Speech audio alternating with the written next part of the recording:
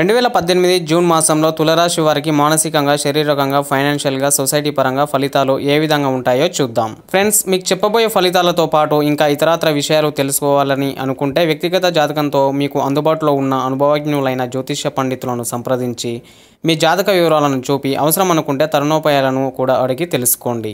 Friends, June నెలలో ఓవరాల్గా చెప్పాలంటే తులారాశి వారికి చాలా దివ్యంగా ఉంటుందనే చెప్పాలి. ఈ నెలలో వ్యక్తిగతంగా ఈ రాశివారు చక్కటి పేరు ప్రతిష్టలు పొందుతారు. ధనాదాయం చాలా బాగుంటుంది. గతంలో ఏవైనా పనులు కాకుండా ఉండిపోతే ఈ నెలలో వాటిని పూర్తి చేసుకుంటారు.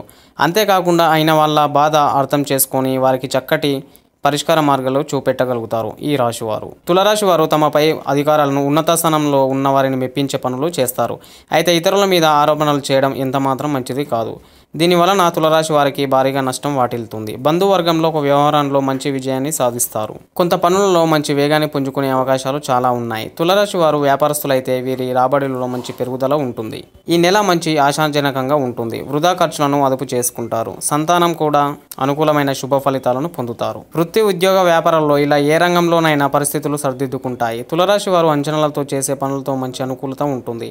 అయితే సమయస్ఫూర్తిని పాటించి ముందుకు వెళ్ళడం చాలా మంచిది. ఒక మాటలో చెప్పాలంటే అన్ని రంగాల వారికి మాసం కలిసి వచ్చే గ్రహస్థితులు మెండుగా ఉన్నాయి.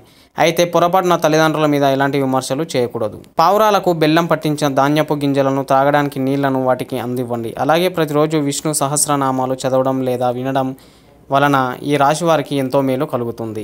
సో డియర్ ఫ్రెండ్స్, తులారాశి వారికి ఆల్ ది బెస్ట్. ఫ్రెండ్స్, ఒక చిన్న రిక్వెస్ట్, మన చుట్టుముట్టు పరిసరాలను పరిశుభ్రంగా ఉంచుదాం, ఆరోగ్యాన్ని కాపాడుకుందాం, ప్లాస్టిక్ సంచుల వాడకాన్ని నిషేధిద్దాం, వాతావరణాన్ని కాపాడుకుందాం. స్వచ్ఛ నమస్తే. జై శ్రీమన్నారాయణ.